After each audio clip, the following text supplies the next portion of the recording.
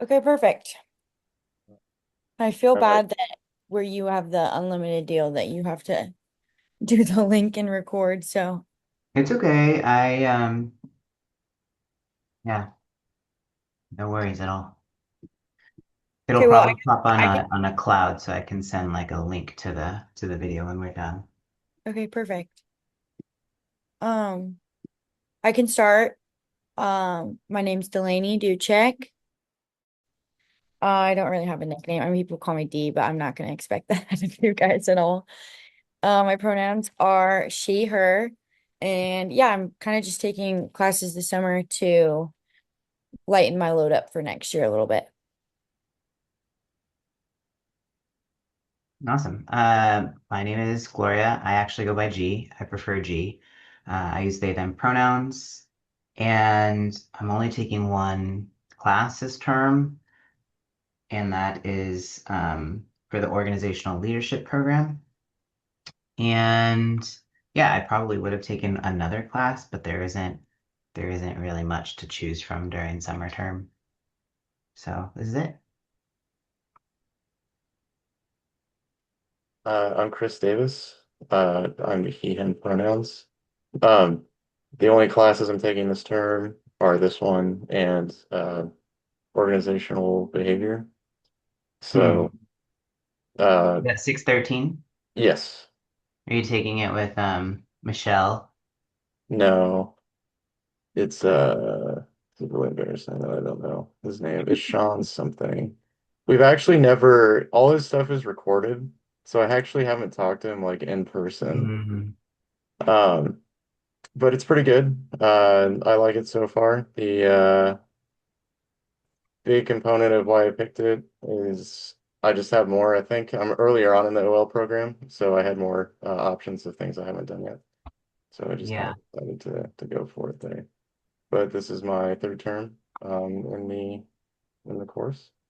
So Yeah. I saw, Delaney, that you had 23 on your email. So does that mean that are you a little further along in the program?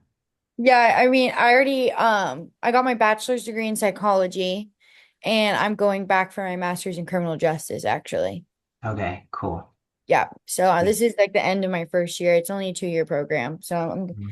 getting closer there, but next year will be like just working on my exit project and everything. So that's why I was like I should probably take summer classes so I can really focus on that. Yeah, smart. Yeah, this is my fourth term, so I think once I'm done with this term, I'll be close to halfway. So I expect to be wrapped up at the end of December 2027. So yeah, it's a good spot. And I think there is a question that I have that we can do a little icebreaker, which is, what is one small thing that instantly improves your day? Hmm.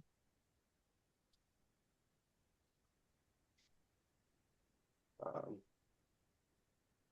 I would have to say energy drinks probably, but I know they're slowly killing me. But whenever I get it, it makes me happy. I don't drink them every day, but when I do get them, hopefully boost my mood pretty good. That's a good answer. I like that. Yeah, that's actually was going to be my answer too. Not energy drinks per se, but like kind of the ritual of like making coffee in the morning is like really helpful. And just also like getting my dogs up, like letting them out. They're crated overnight. So like getting them, their breakfast ready, and I don't know. It's sweet. What kind of dogs do you have? I have two dogs. One is a Chihuahua. It's like Mm. really, really old. It's like That's 17. my 13 Yes. Oh Chihuahua. my God. Aw. Yep, I feel Um, you. Yeah. And the other one is a mutt. She's a part Xolo Swinkle, which is like the Mexican hairless dog, although she's not hairless, but she has a body type of like Mexican hairless. Hmm. And she's much younger. She's like 5. Okay. Yeah. Yeah, that's what's gonna be my answer was probably just like seeing my dogs either like both in the morning and when I get home from work. Probably the best part of my day. Makes me happy. Sweet. Well, then it looks like we're in gallery mode, so that's check. And looks like maybe the next question is decide on our conversation norms and preferences. I don't mind if we just kind of do round robin. I don't know if you have any other suggestions. I mean that works. There's only three of us, so it's not like we'd be stepping on Yeah. each other's toes too much. Yeah, we Um, like raise hands or anything. yeah.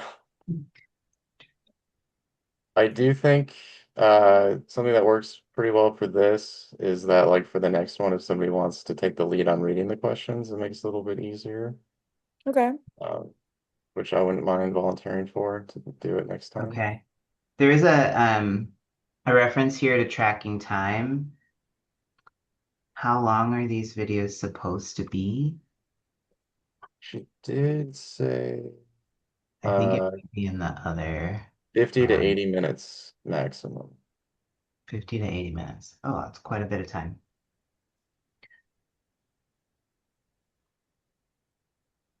Yeah, Oh, I mean, I could track, kind of let us know when we're getting to that like 50-minute mark. okay. Great. Perfect. Thank you. I don't know necessarily what time we started this, like the recording on this one. It was around 10 minutes ago. 10 minutes ago. Okay. Yeah. Perfect. And then I feel like norms, like conversation norms. I don't know, like I'm not I pick up on like cues pretty easily. So like if you're having a bad day or something, like maybe just letting us know, like texting, like, hey, just so you guys know I'm kind of down today or something like that along those lines. Okay. That's fair. Being Um, a norm in that sense. mhm.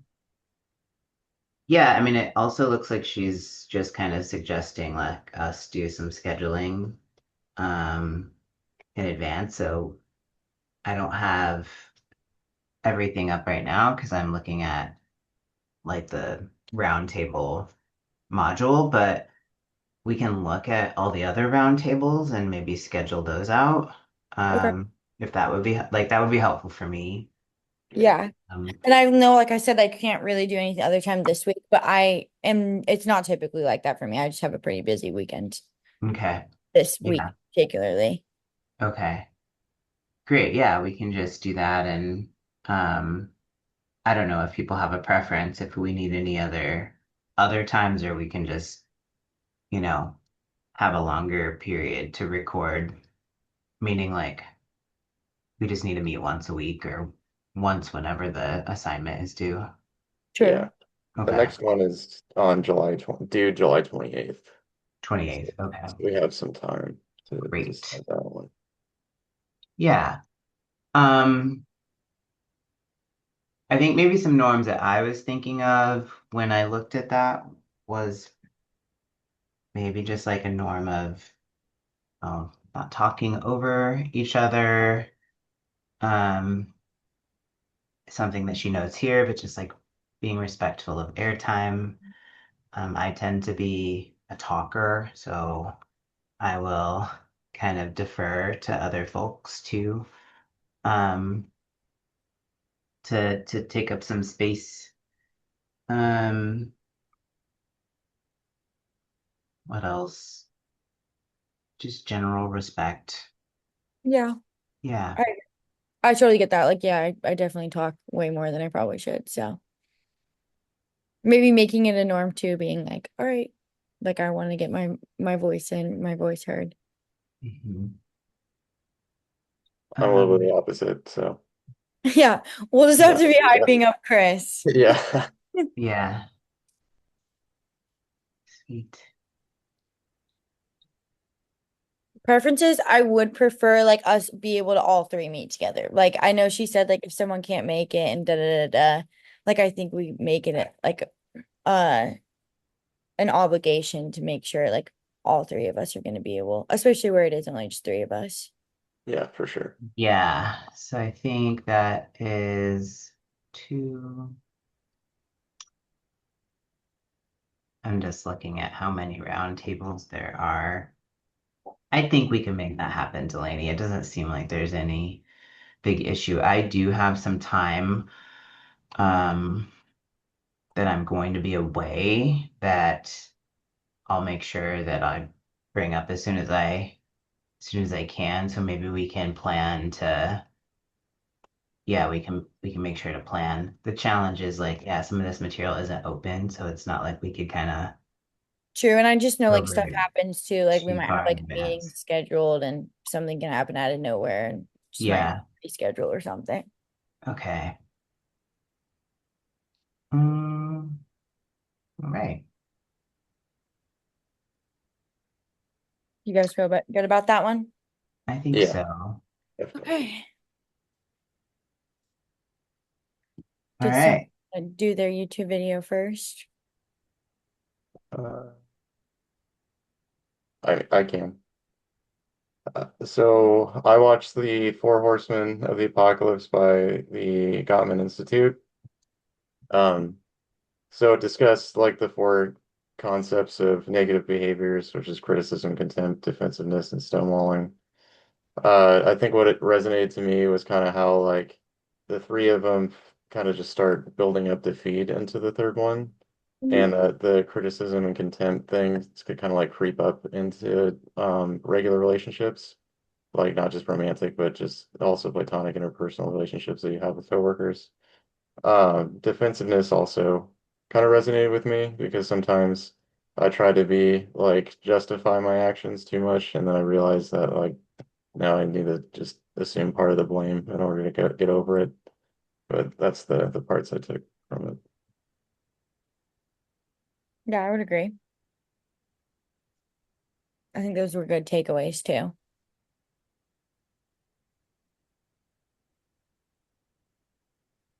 I personally Um, was gonna do how miscommunication happens.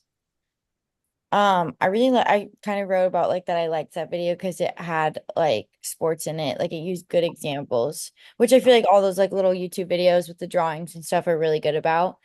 So I liked like the visual aspect of it, and then too like how it not only like explained what conflict is and how it happens, but also ways to kind of avoid it and deal with it.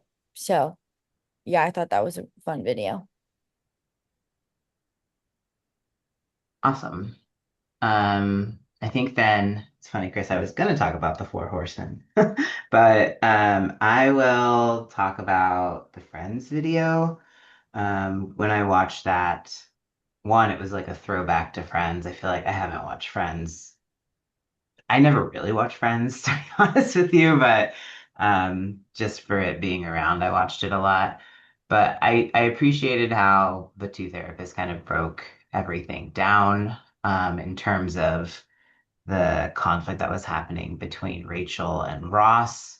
Essentially, there was, a different interests that they were kind of, so obviously, like, backstory is they were together, they're in a relationship, and it seemed like Ross was really wanting to have some time with Rachel. So he like shows up at her job with a picnic basket, and um, Rachel's like in the midst of doing some work for her. She has like a deadline to meet, I believe, and so she didn't really appreciate being interrupted.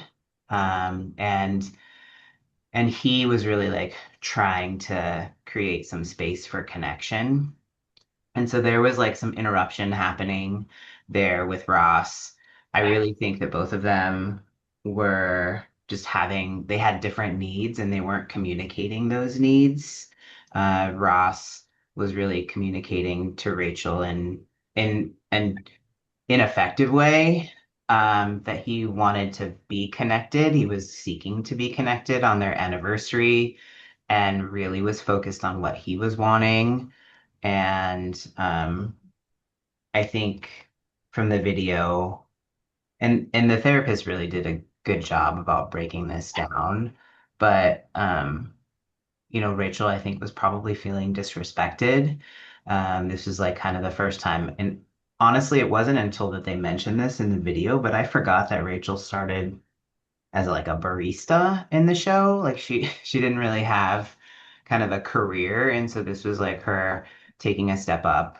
Um, and yeah, it clearly meant more to her um, than I think Ross was um, saying and acknowledging.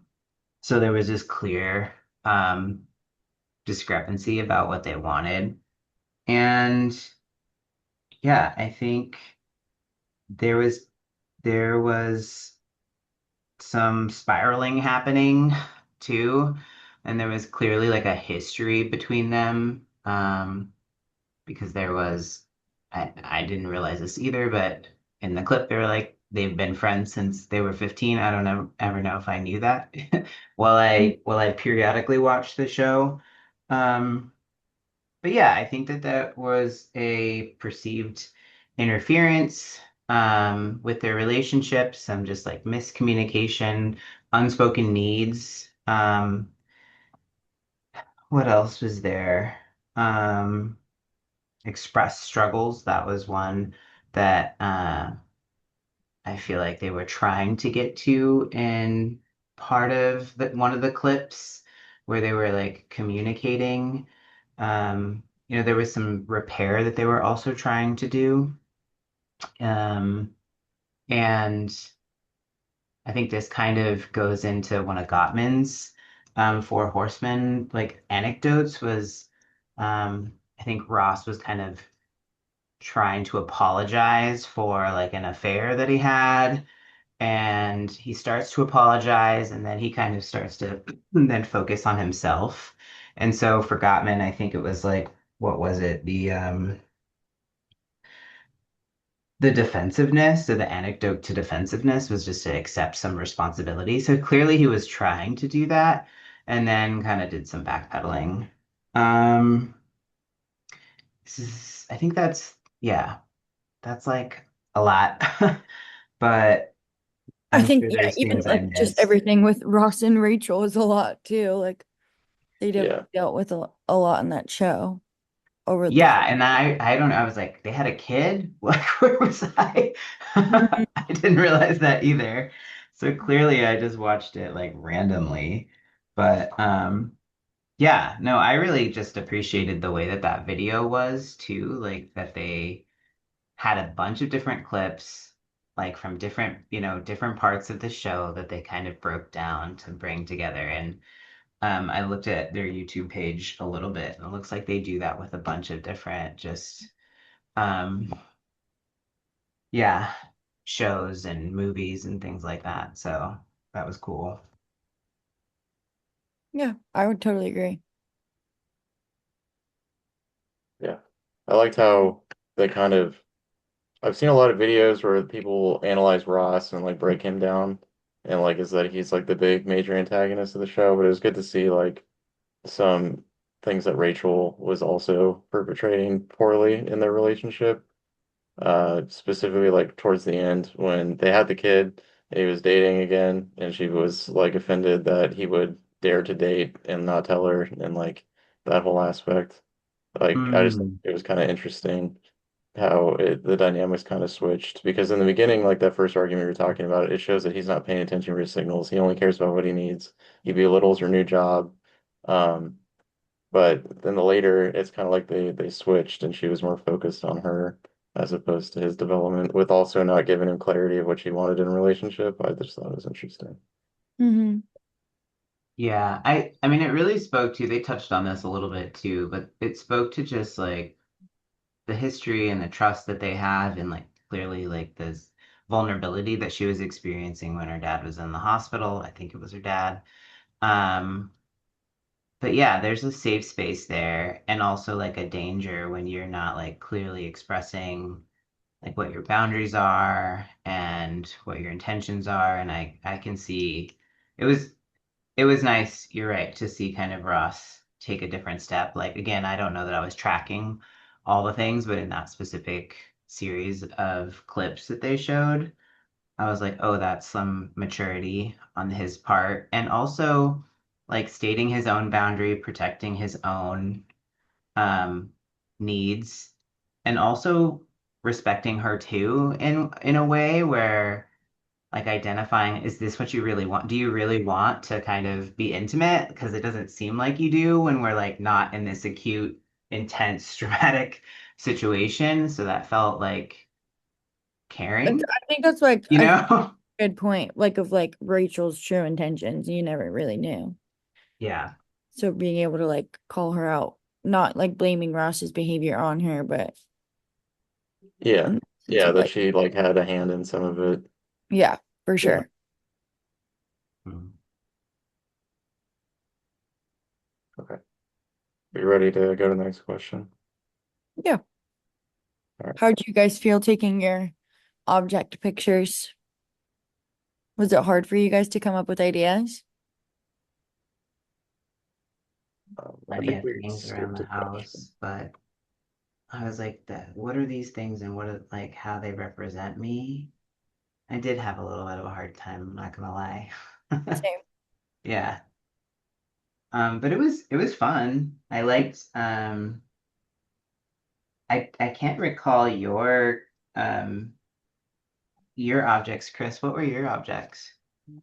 Uh, they were just like some stuff that I had like within reach because I felt like that was an accurate description. Like the statue, I had a statue of my wife and or like it's a Yadro or like a Yadro equivalent of a couple hugging. I had like a video game controller. Oh Um, yeah, I remember that now. yeah, it was just A like what was, pacifier. Did you have a pacifier? yeah, yeah, Yeah. yeah. That's a I good try not to idea. overthink it. I was just like, Hmm. This is probably accurate enough of what is a good thing. And then I threw in the one thing that I do kind of with one of my friends is the to make mead. It's very easy as opposed to brewing beer. I don't know if you've tried either Mead. or of those, like home brewing at all. But beer is like very sensitive. Mead is super easy. You just water, honey, and yeast, and you hold it in there for a month, and you got something. Beer, like you have to boil it at specific temperatures. You have to be super careful with the temperature drop and like a bunch of other. It's like way more scientifically based, but meat is just like just do it. There it Yeah. is. So I feel like I've had mead before, but I'm trying to think, is it like vinegary? Is it more like it's a dry cidery? wine. Like a It's a dry dry one? wine. Yeah. Okay, nice. Yeah, I I actually think ended up like just asking my coworkers, I'm like, what do you guys think I should do? And they gave me a list of all these things. And I was like, okay, perfect. nice. Yeah. I mean, I kind of had a mix if I think about like it did take me a little while to identify like what I wanted to put, but then when I look at it, it was like things that are in my office kind of right here. The only thing that I probably had to go get was the avocado. I had an Mhm. avocado. Yeah, it was. Yeah, that was fun though. What Um, did you guys think about looking at other people's pictures? It was hard. Like I didn't want to guess wrong either. Hmm. Felt like bad about just trying to guess just based on my own perception and like implicit bias on what Yeah, mhm. these people's lives assuming. were. Yeah, I didn't want to like offend anybody um as I was doing it. Uh especially like some people shared very emotional things on there, and I'm glad I just like I pretty much just guessed on things that were like the conservative guess. Like Hmm. Mm, you have a Jeep sign, like pretty sure you like Jeeps, you know? Like Right. Played it safe. yeah. mm,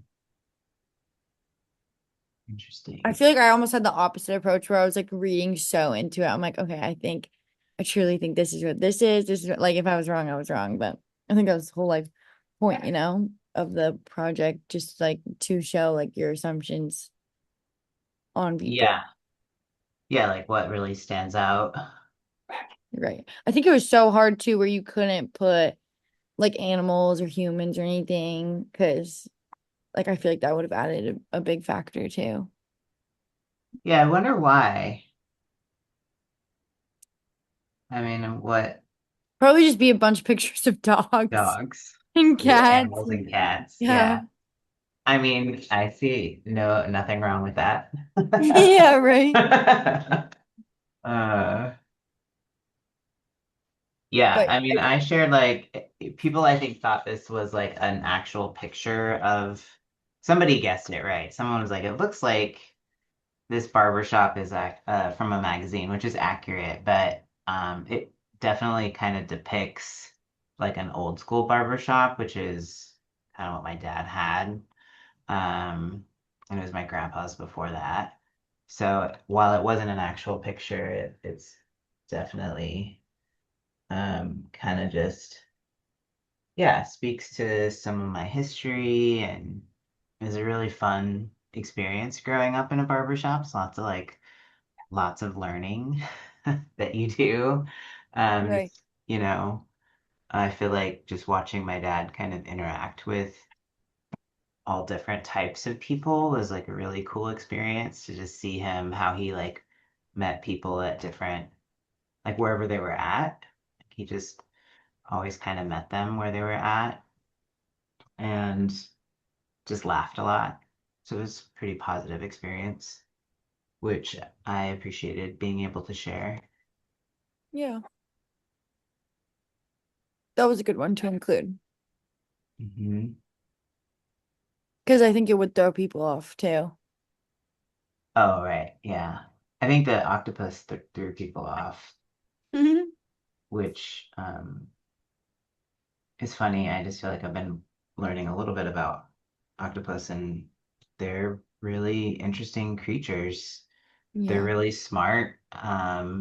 And it was just like a little felted ornament, which I didn't make. It was a gift, but it was homemade. Yeah. Um, They're interesting creatures for sure.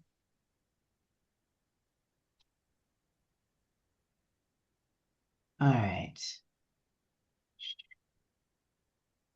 I'm kind of confused by question 8.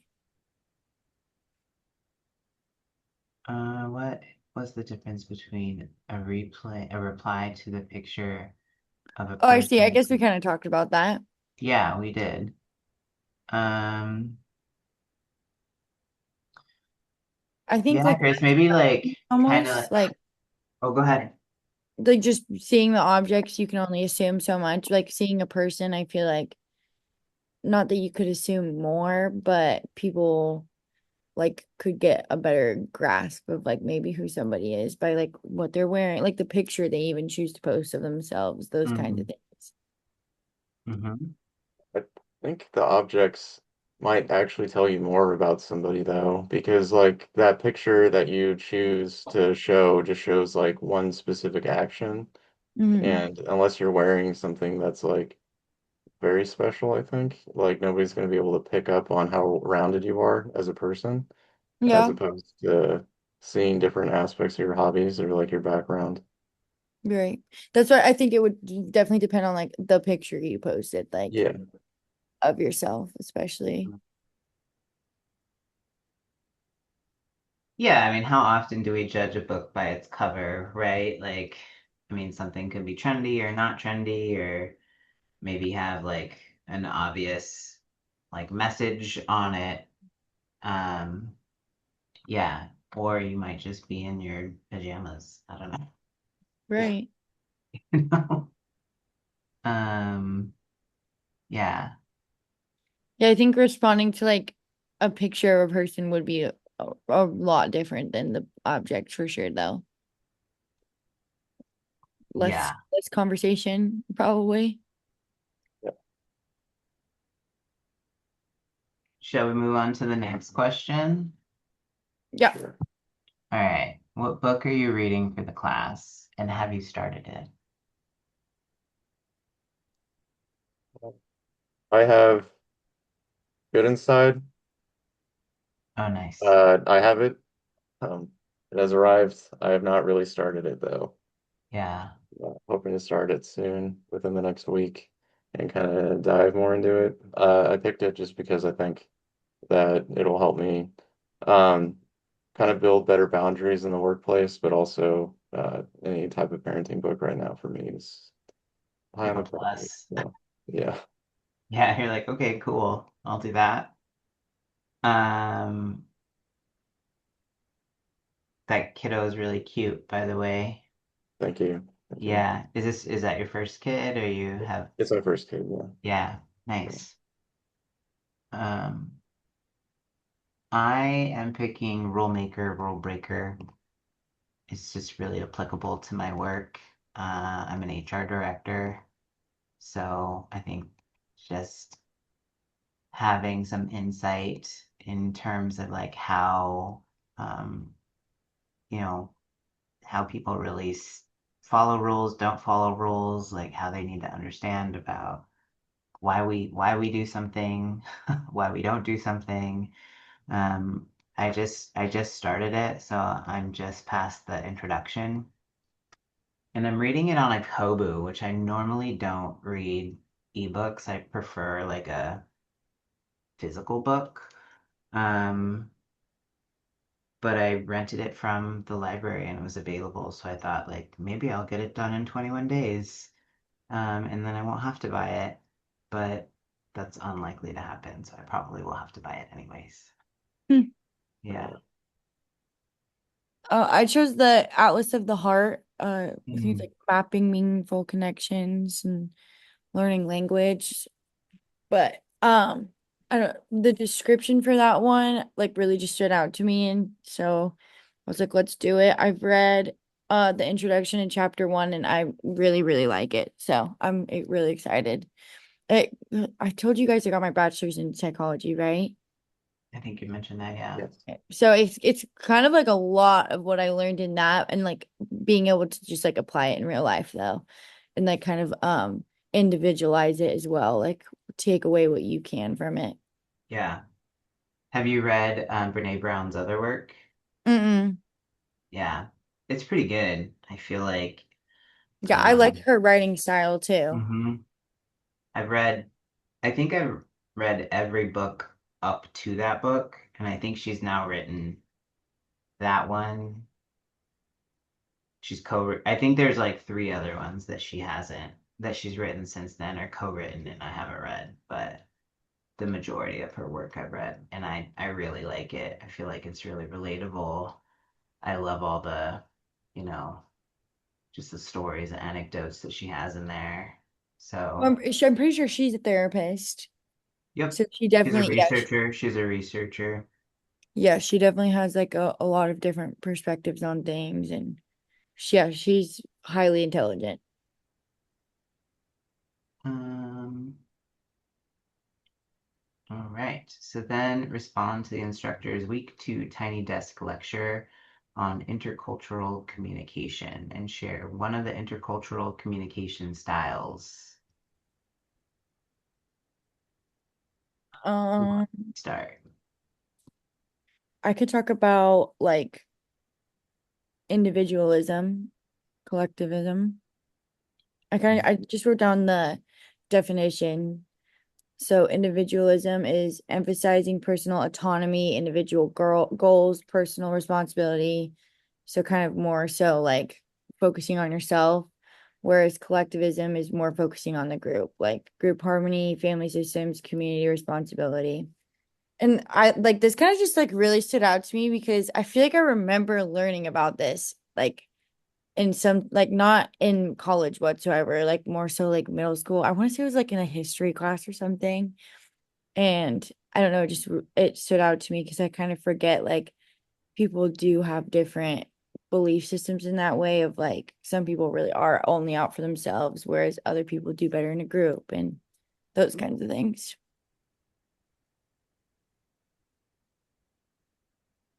Yeah, I think um I always think of just like different societies and going to kind of maybe like Western cultures versus maybe like more like Eastern cultures. There's definitely a distinctive pattern in how they follow either individualism or collectivism. So that tracks for me.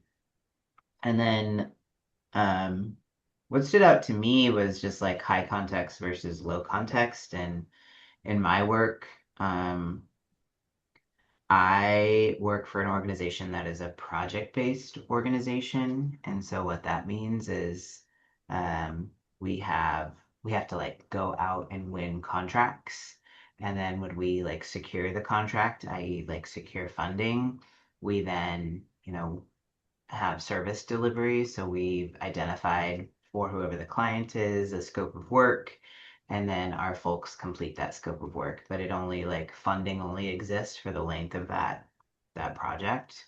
And so um, it kind of creates a little bit, just generally speaking, a little bit of a hustle kind of environment, and to kind of top, so that kind of adds to what kind of culture we have. And then on top of that, we are also a remote organization. And so our workforce is dispersed. And in the COVID, like in COVID, we like moved to being remote. So it wasn't super intentional. So we didn't really like develop our systems and our processes to really be most effective in our like a remote dispersed environment. So Um, and it's a very old organization, as you can see, like 1966.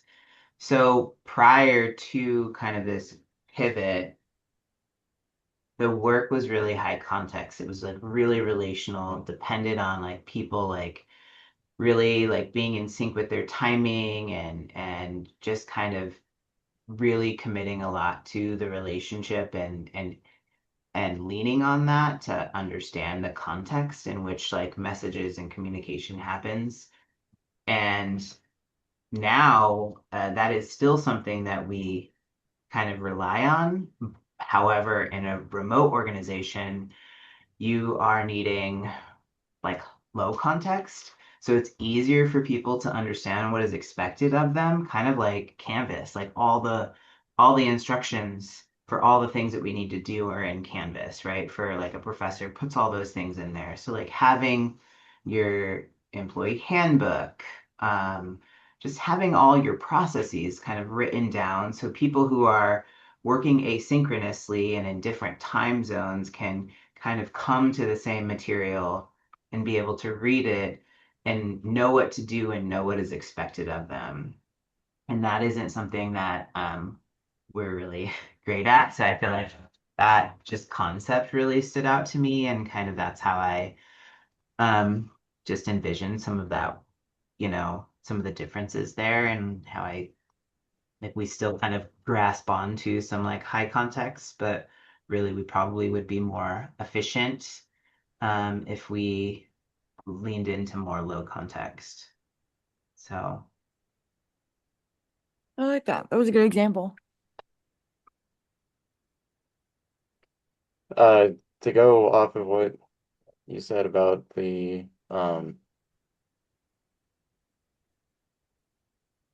my mind just jumped on it. But mm, from the Tiny Desk lecture, she kind of talks about how with individualistic and collective societies, uh, how like the upbringing is so different when it comes to children, and that in the like more of a collective approach, like parents kind of assign kids what their interests are and will like they'll pull resources to send them to school, and then when they come back it's kind of expected of them to like share part of their salary and stuff like that. So I thought that that was pretty interesting and kind of changed my perspective on that, like the family dynamic at that point. Mm-hmm. To go into what we haven't discussed yet, which is the more feminine stat slash masculine approach in conversation.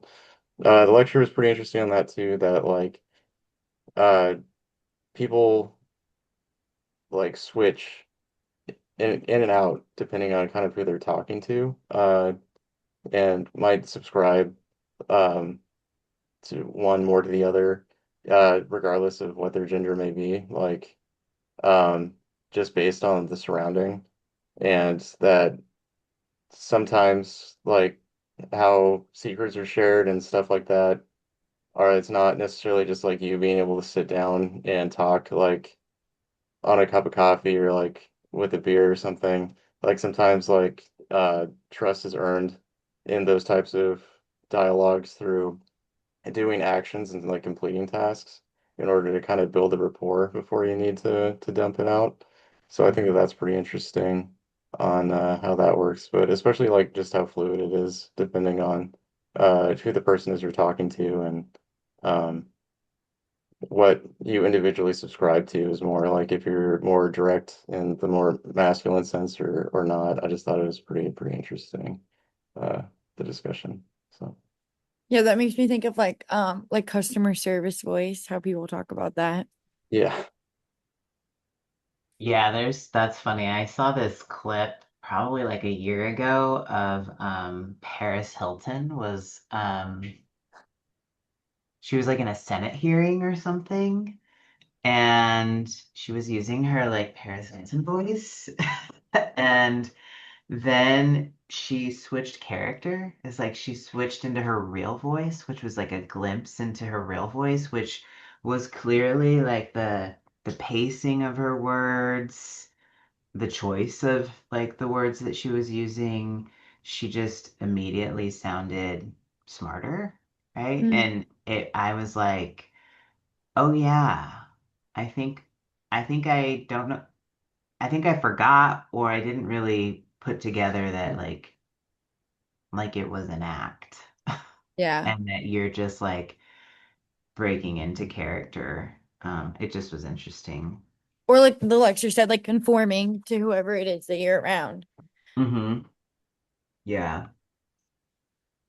Um, about like individualism and collectivism, I was what you were saying, Chris, was making me think about just like I grew up in a Mexican American culture. Like my parents didn't they spoke Spanish, but I didn't speak Spanish. I wasn't taught Spanish, but I had like a lot of culture, like a lot of our just expectations that are unsaid really leaned into like collectivism and like what your responsibility is. And at the same time, like I feel very American in my upbringing, like that we lean towards this individualism, but there's kind of just the pool of those things at the same time. And it wasn't really until I was older that I started to really be able to identify it. So it's, despite it being present, it's not something that most people are um, hyper aware of in the moment. Yeah. That makes sense.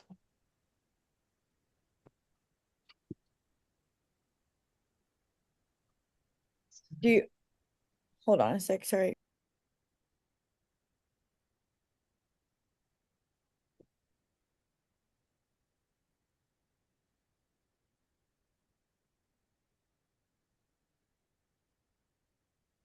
I guess just what I was trying to get at from what I was saying is I didn't realize that like people that fully subscribe to the collectivism put so much pressure on their children in that way in order to like give up things for like the family with it.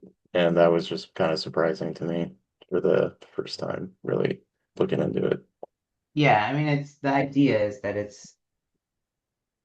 there's something bigger than yourself, right? Like, I think there's pros and cons to that too. Like, I feel like the idea of working towards a greater society and that every contribution is needing a specific amount of output, let's say, or specific actions in order to achieve that for a societal kind of view, which is a lot of pressure and doesn't really allow a lot of, you know, the individual to seek out and I feel like that's why so there's a lot of like generational trauma. Mhm. But it goes both ways because then there's questions of like um I don't know, collective societies have, in my opinion, like a lot of things figured out in terms of like how we create for you know, we're just thinking about everyone and not thinking about ourselves. So I don't know that one is better than the other, but um they both have pros and cons.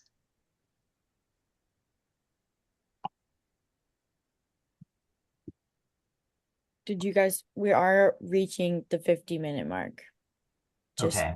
to be Well, aware. let's jump in. Thank you for reminding us.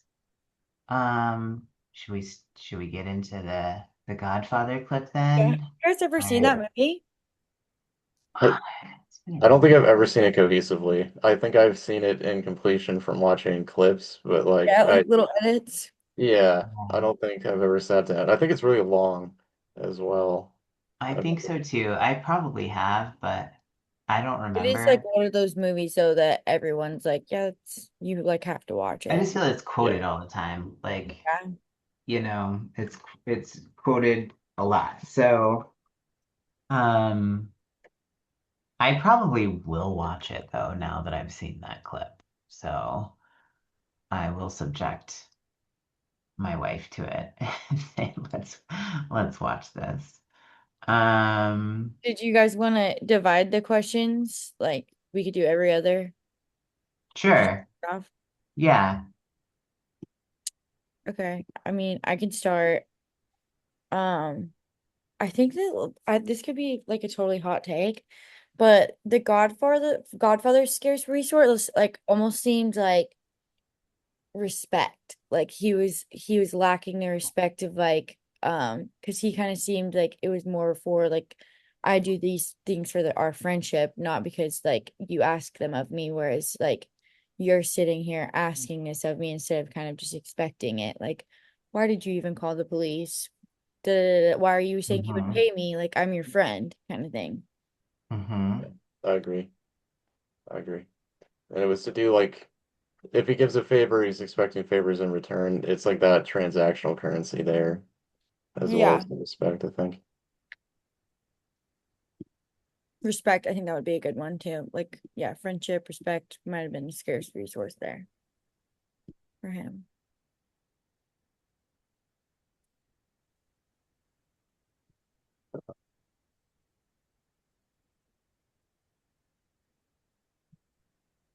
I honestly don't know what Bonacetta's scarce resource is. Like it felt like I don't really know what the term means. I feel like I've heard it said in movies, but it seems just kind of like I don't know, a thing to say.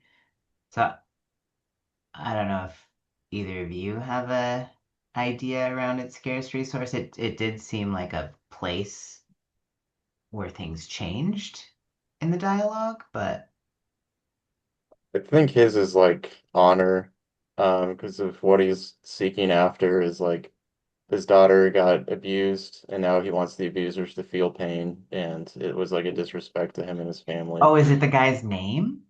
Yeah, Oh, Oh, how did I not catch that? Okay, that makes sense. Maybe that's why I see it as a term that's being used because it's quoted. okay. I would say like I would say like justice was kind of scarce for him. Like it, Okay. he really was advocating for that. Wow, that really I clicked agree. differently now that I know that it was the actual man. That tracks too. I would agree. Yeah. What are the most critical statements in their dialogue that impact the conversation's flow and outcome? I mean, what I took away was the Godfather's just kind of statement around like friendship Mhm. and um yeah, just around friendship and the fact that like he preferred to be called the Godfather. Like, so I think it leans into the respect, but it was the clarity in my mind of like communicating that directly that felt like Bonacera then picked that up, right? It's like, okay, this is what I need to do in order to get what I want Yeah. from him. So that's what I would say is impacted the flow.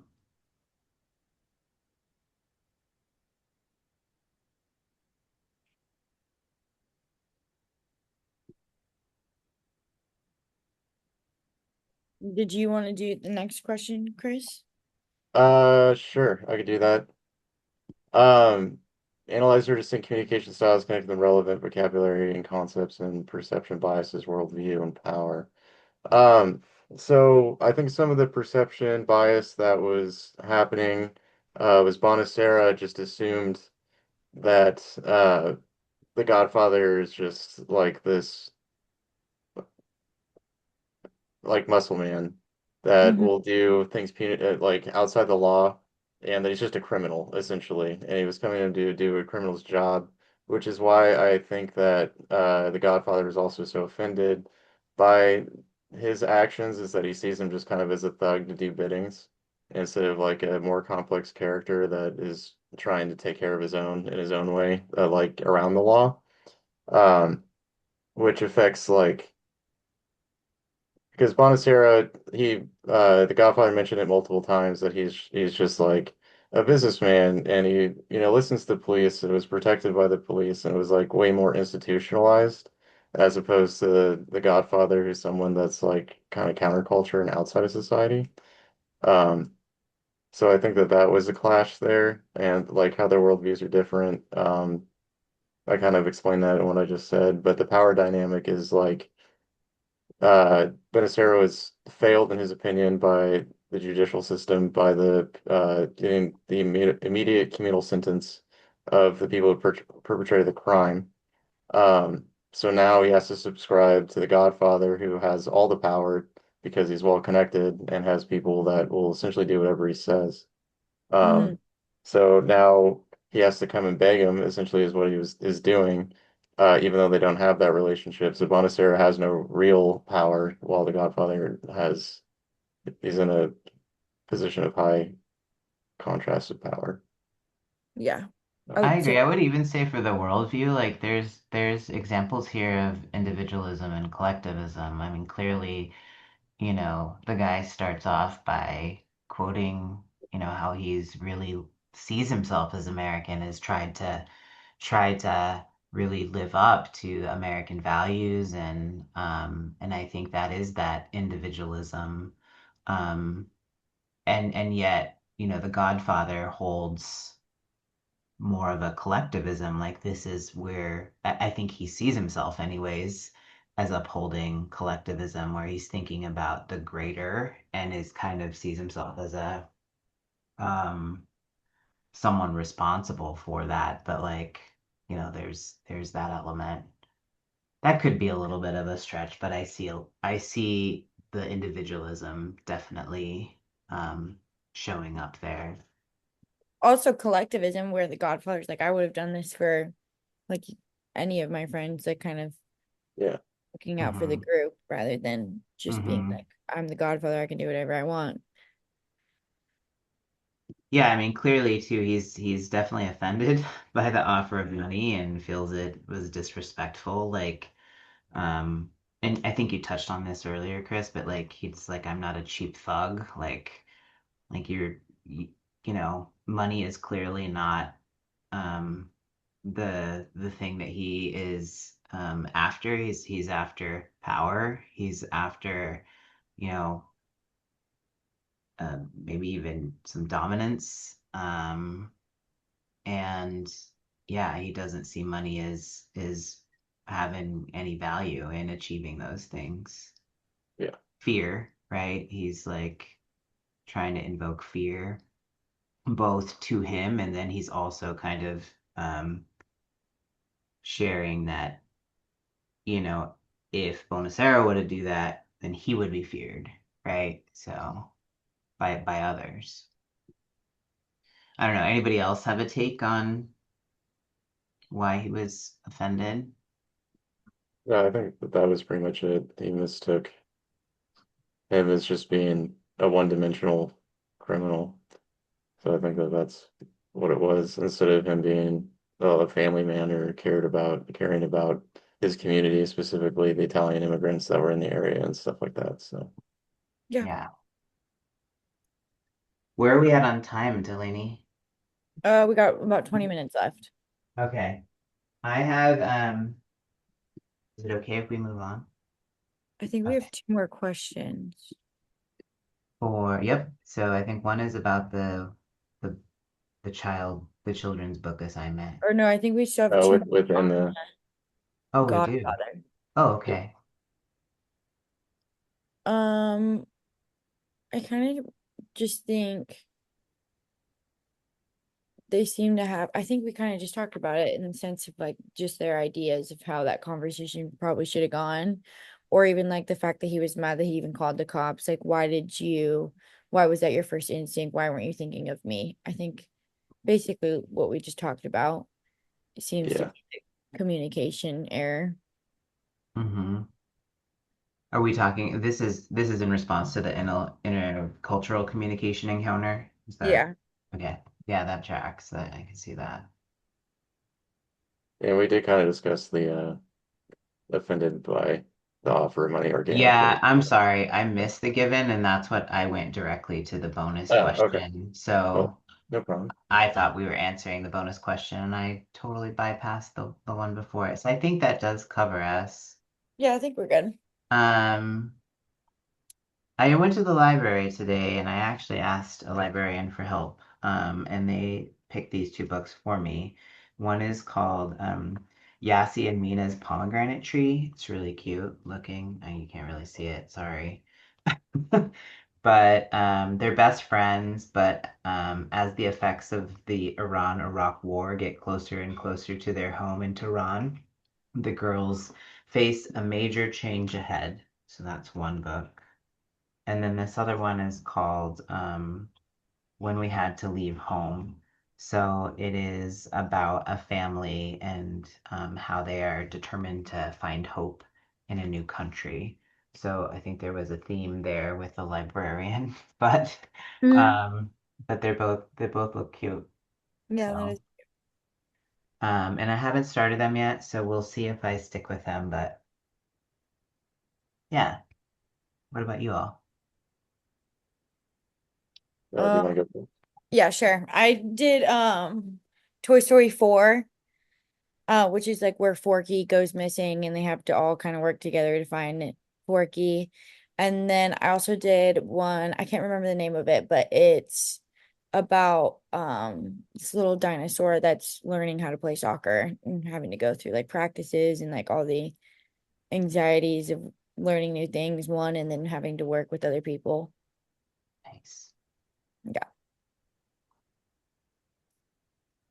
So I'm doing a super easy one in my opinion, which is the Hunger Games to Mm, describe, but it's Oh kind of yeah. a young adult book. So definitely high-powered dynamic, easy to talk about with conflict in that way.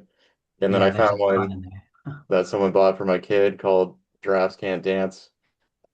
And essentially all the other animals in the kingdom are able to waltz while the giraffe can't. And then that's where the conflict arrives of identity and such. And then someone introduces an actual instrument into the equation, and then all of a sudden he can dance, and they can't dance to the music. So it shows that there's differences in culture there. So yeah, that's a good one.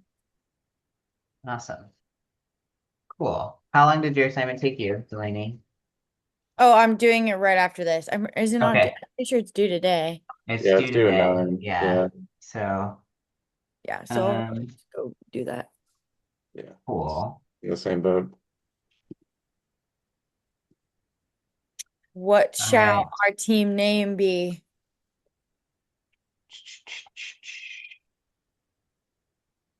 I Always feel like we should terrible at this. Maybe maybe like tie in like the tables, like something like I don't know, my mind goes to like chair or something. chairs. Um, what's that game? Musical chairs. Yeah, Yeah, we could do it. Musical chairs. Um, because we're yeah. sitting at the round table. Yep. The dialogue circle. Um, I don't know. Could be anything. You just like each pick something that we're staring at in the rooms that we're in. Yeah. I think musical chairs is funny Okay, because it perfect. is the round table. So Great. I don't know why my camera keeps doing that. That sounds good. Are we in agreement? Yeah, musical All right. chairs.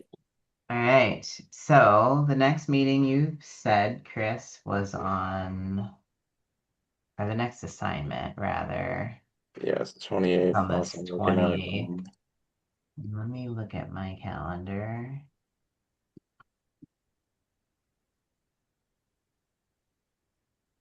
So that's a Tuesday. I would I would love if we could meet like that Thursday the 23rd. Would that be cool to get it done before the weekend? That should be fine with me. Yeah, I Does should be that good work there. for you? Okay. And maybe this same time. I could probably meet a little earlier too, but this works for me as well. I think 6 was pretty good for me. All right. Fine with it. Great. Did here I can text that in our text thread. So we're saying Thursday the 23rd. Thursday the 23rd at 6 p.m. Okay, and if something right like happens, just we can text about it too. Mm-hmm.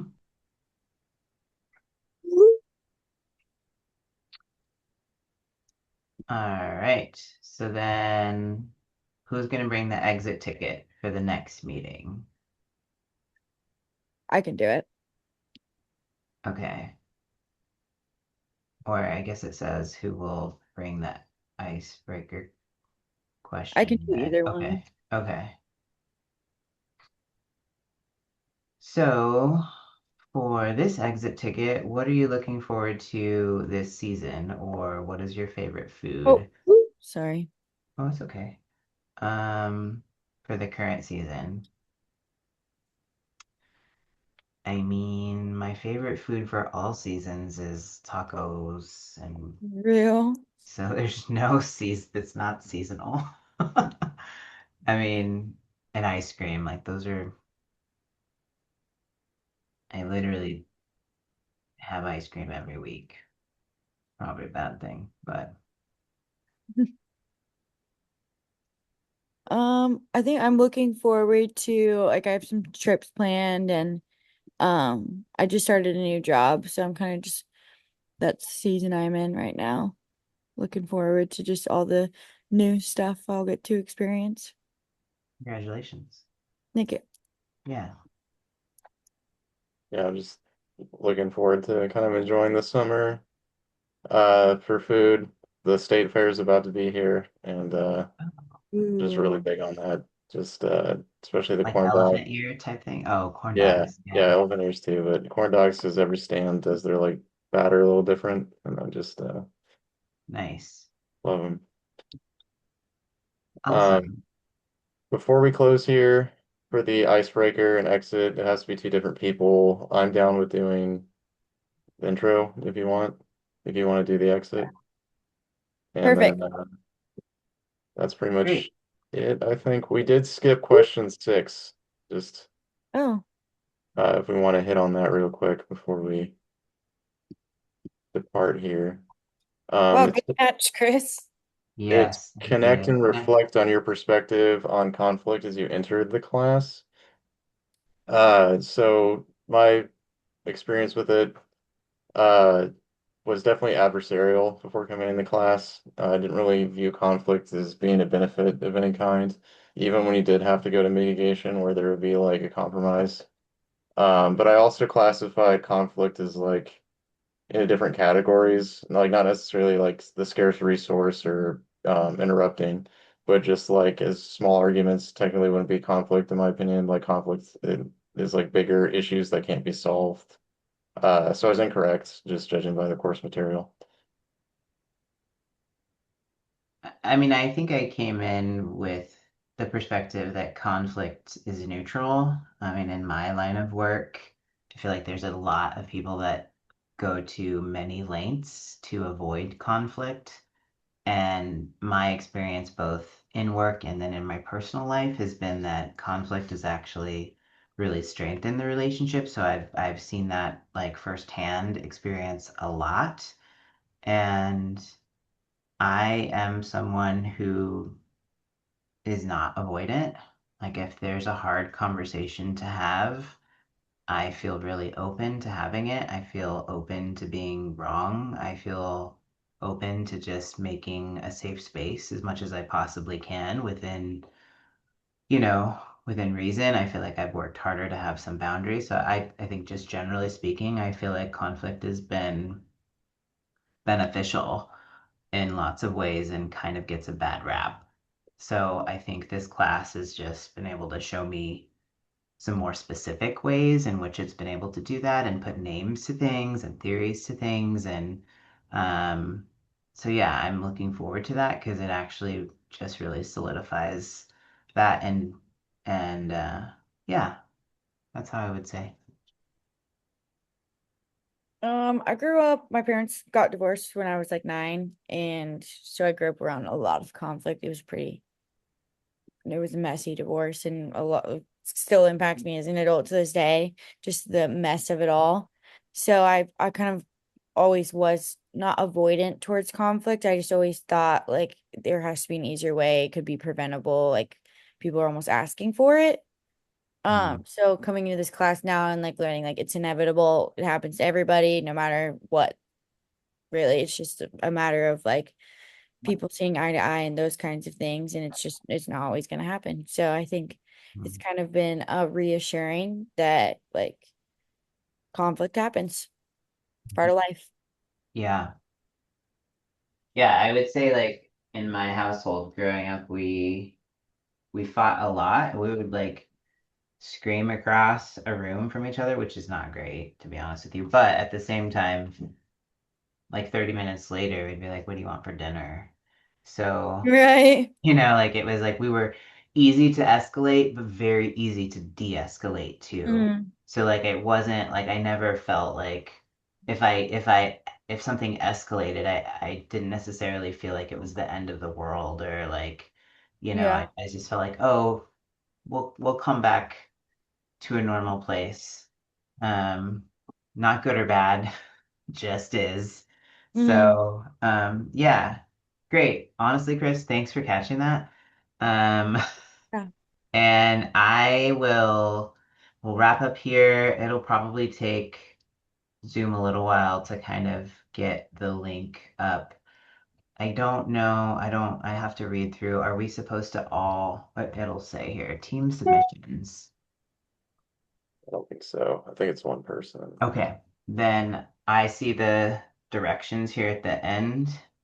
So I will. I think it says each team member must submit the following, but then only the host will post the recorded video. Okay. So, Oh, my, I have it on a second monitor, so it's totally just getting blocked by me right now. Oh, you're good. So, Perfect. okay, great. Well, it Well, was I nice will to meet you submit all guys. of this plus the link, and then both of you will submit just these things. Perfect. All right, great. Have a good night. Thank you you so Nice too. to much. meet you both. Yeah.